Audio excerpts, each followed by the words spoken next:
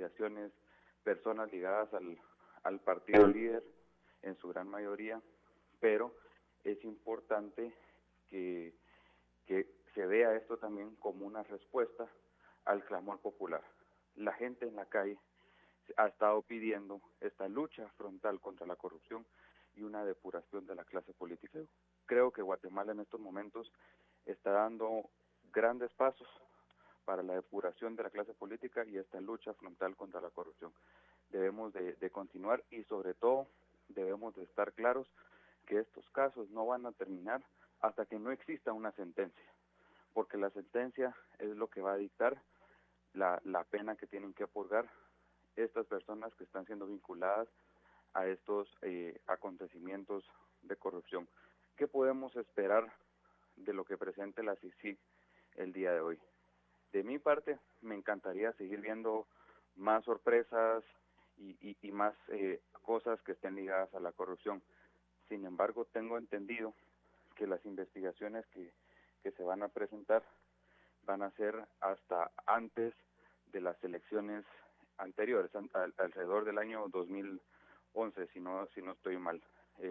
Sin embargo, lo que nos van a plantear va a ser una ruta de cómo es que se están financiando los partidos políticos y considero que eso ya nos da una idea de lo que está sucediendo en la clase política, que lamentablemente esto lo que nos demuestra es que el sistema ya no funciona, que el sistema hay que fortalecerlo, que hay que fortalecer las instituciones, que es importante, por ejemplo, que en estas elecciones que se avisoran, la ciudadanía también colabore votando por aquellas personas que estén más limpias y que sean idóneas, que sean honradas y que sean capaces. Todo esto apegándonos al artículo 113, donde previamente ya el registro de ciudadanos en el Tribunal Supremo Electoral está haciendo una primera depuración, pero también la ciudadanía tiene en sus manos, tenemos en nuestras manos, poder seguir depurando la clase política emitiendo nuestro voto el próximo 6 de septiembre.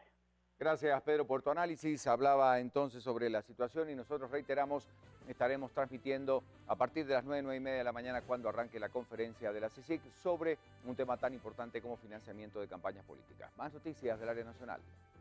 Y seguimos hablando de este tema, y es que las primeras averiguaciones sobre el cabecilla de esta estructura de lavado y política arrojan que Edgar Francisco Morales movilizó grandes sumas de dólares en efectivo en por lo menos 200 empresas, muchas de ellas ligadas a los diputados Barquín y Martínez Loaiza.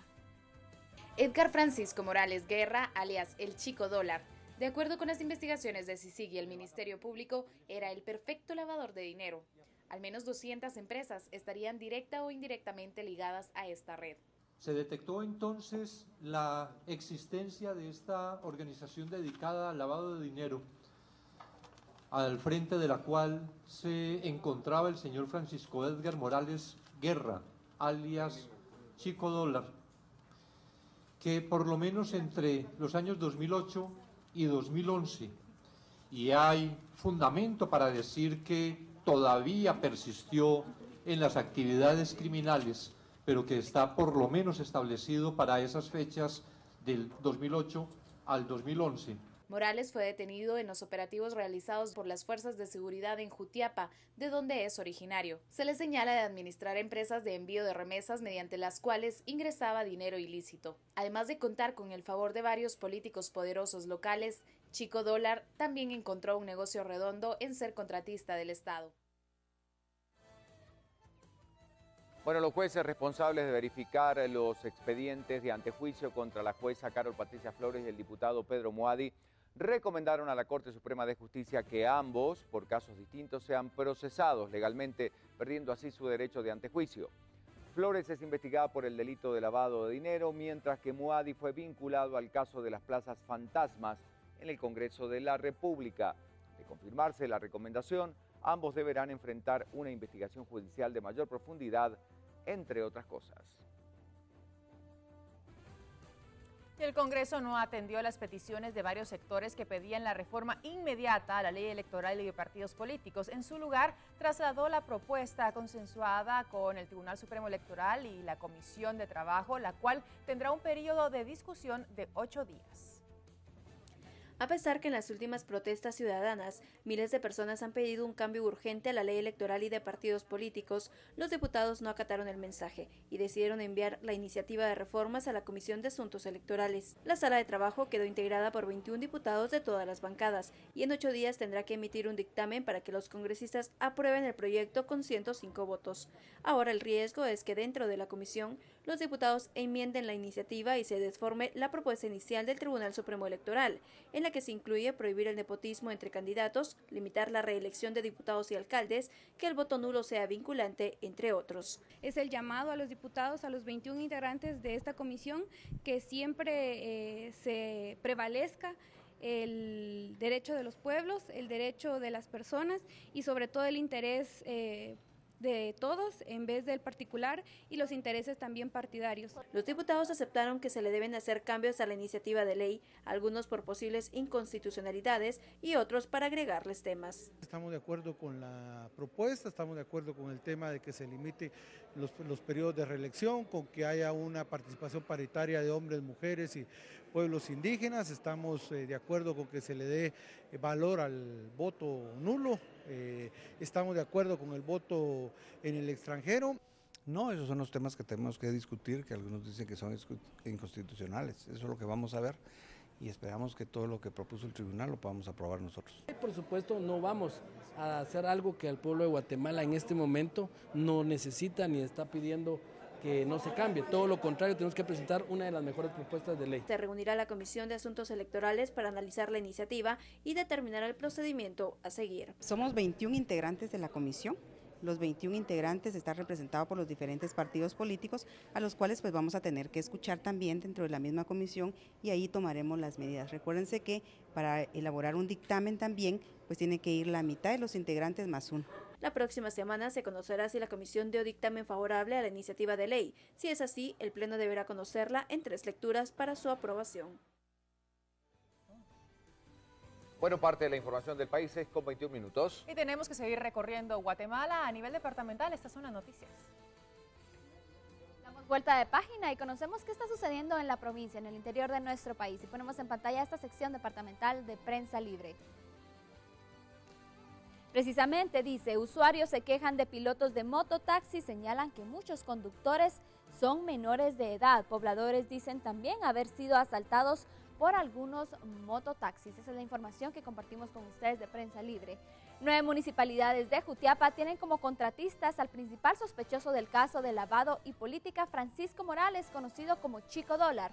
De acuerdo con las revisiones al sistema de Guatecompras, Morales utilizó una agropecuaria que recibió cerca de 20 millones de quetzales. Ampliamos la información a continuación. Jerez, Yupiltepeque, El Adelanto, Atezcatempa, Zapotitlán, que conforman la mancomunidad del Cono Sur de Jutiapa, Masquezada, Comapa, El Progreso y Santa Catarina Mita, son las 9 municipalidades que aparecen en el portal de Guatecompras. En Santa Catarina Mita fue capturado el jefe de la estructura criminal, Francisco Morales, Chico Dólar y otros de sus cómplices. 66 adjudicaciones alcanzó a realizar durante 6 años, el que aparecía hasta hace pocas horas como un contratista del Estado. En el apartado de adjudicaciones de un proveedor del portal de Guatecompras, aparecen 31 adjudicaciones por un monto de 20.603.408 quetzales, aunque también en el apartado de publicaciones sin concurso de un proveedor, es decir, en compra directa, hay adjudicaciones por un monto de 1.781.786 quetzales. Las compras se hacían en su mayoría por fertilizante, pero además, en compra directa, se adquirieron productos como semillas de maíz, herbicidas, bombas de Matavi, bolsas de cemento, hierro, costaneras, alambre, clavo y láminas. Todas las adjudicaciones se hicieron a las empresas que figuran con los nombres comerciales de 1. Agroferretería El Campesino, 2. Agropecuaria El Campesino y 3. Distribuidora y exportadora de frutas y verduras El Campesino. Todas las razones sociales son propiedad de Morales. Esa es la información departamental que compartimos con ustedes. Más adelante estaremos ampliando qué sucede en el interior de nuestro país.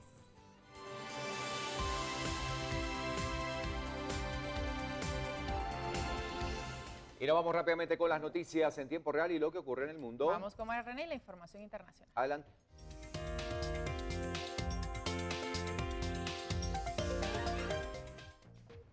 Bueno, tenemos que ver lo que está pasando alrededor del mundo, sí, a través de los principales diarios. Esto es lo que están titulando en el día, en este jueves 16.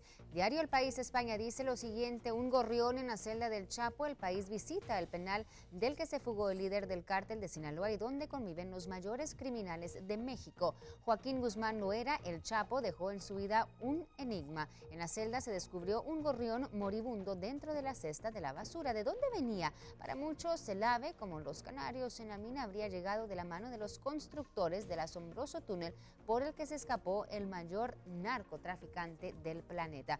Para otros, dicen, fue una señal enviada por el prófugo a quienes vayan a perseguirle, sea cual sea la respuesta al misterio en su interior. Aletea, dice, el rastro de muerte que ha acompañado toda su vida al líder de cártel de Sinaloa, una leyenda oscura y sanguinaria que el pasado sábado alcanzó su cima en la celda 20 del pasillo 2 del área máxima seguridad del penal de El Altiplano. Un interesante artículo de El País. Sí, este diario ingresa a esta cárcel de máxima seguridad del Altiplano, de la cual se fuga el Chapo Guzmán. Y bueno, puede ver cómo era que vivía y también ciertos enigmas que quedan atrás, esto después de su fuga. Interesante leerlo esta mañana, el diario El País. Vamos a seguir con más información del mundo. Tenemos que pasar con Alejandro para que nos cuente qué ocurre.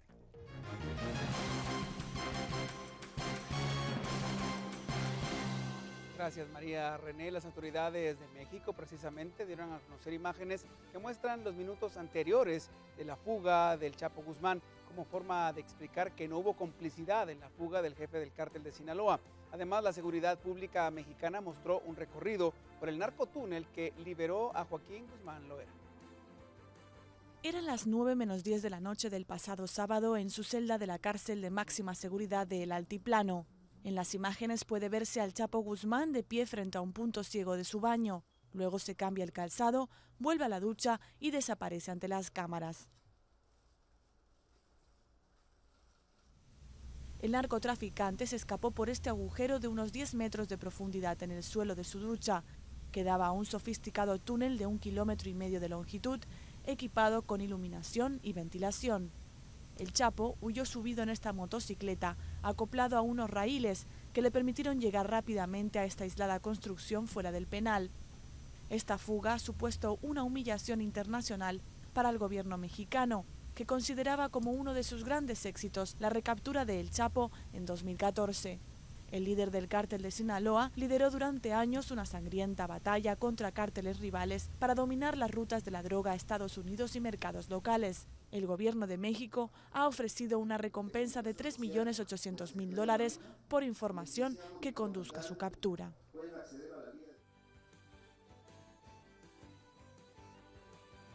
Un informe de la Organización de las Naciones Unidas indica que los peruanos han reducido significativamente sus cultivos de coca en 2014.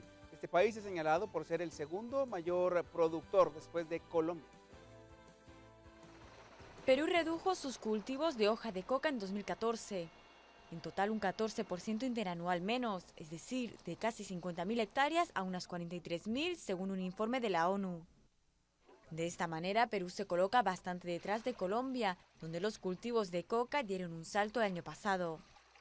Además, un 6,7% de las plantaciones peruanas son legales, destinadas al consumo como energizante o mate de coca y medicina tradicional. Perú, Colombia y Bolivia son los principales países donde se cultiva la hoja de coca, clave para la elaboración de clorhidrato de cocaína. Medio siglo después del Holocausto nazi, la justicia alemana resolvió enviar a prisión por 4 años a un hombre de 94 años que habría trabajado como contador en uno de los campos de concentración más crueles de la historia. A sus 94 años, Oskar Gröning, excontable del campo de exterminio nazi de Auschwitz, ha sido condenado a 4 años de prisión por su papel en el asesinato de 300.000 judíos. Se le acusa de ayudar al régimen a obtener beneficios económicos de estos asesinatos y a participar en la selección de deportados aptos para el trabajo y aquellos que iban a morir. El exsoldado se defendió asegurando que su papel consistía únicamente en evitar los robos en las maletas de los deportados, sin tener un papel directo en el proceso de exterminio. El proceso de Gröning ilustra